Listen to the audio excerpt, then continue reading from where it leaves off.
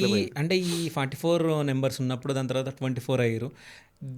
అంటే ఆ షూట్ టైంలో సో అంటే మీరు మర్చిపోలేని సంఘటన ఏదైనా ఉందా? క్రిష్ గారు ఎదురుకుండా పాడడం. ఓకే. నేను క్రిష్ గారు ఎదురుకుండా పాట అవును. పాడాను. అవును. I can't forget it. And immediately chest wax చేసుకోవడం నేను అసలు మర్చిపోలేను. ఓకే. బికాజ్ ఆ ఎక్స్‌ప్రెషన్ అస్సలు మర్చిపోలేరు. మీరు ఆ ఎక్స్ప్రెషన్ గుర్తు తీస్తారు, మళ్ళీ అది ఒక్కటే లూప్లో పెట్టేస్తారేమో ఇప్పుడు. మా ఎడిటర్ ఎతికి పెట్టాలి అది. వెతకక్కర్లేదు బ్రో, ఓకే. దొరికిపోద్దా? వెంటనే ఫస్టే దొరుకుతుంది ఎక్స్ప్రెషన్. అది అంటే అంత ట్రెండింగ్ అయిందన్నమాట ఆ ఎక్స్‌ప్రెషన్ అంతేనా? ట్రెండింగ్ అవ్వలే. ఓకే. ట్రెండింగ్ మేము చేస్తాం కదా!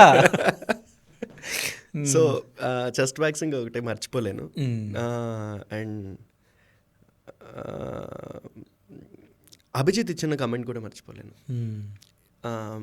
మీరు you're too good for the big boss అన్నారు. See I take it as a very positive complement.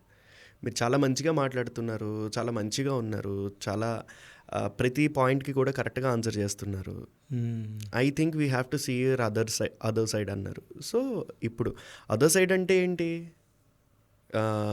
నేను కోపంగా ఉంటే ఎలా ఉంటాను, లేకపోతే గట్టిగా మాట్లాడాలంటే ఎలా మాట్లాడతానో అదే నా other side. So normal side అంతా వాళ్ళకి నచ్చిందనే కదా మీనింగ్, వాళ్ళకి నచ్చిందని. So it was one of the good moments.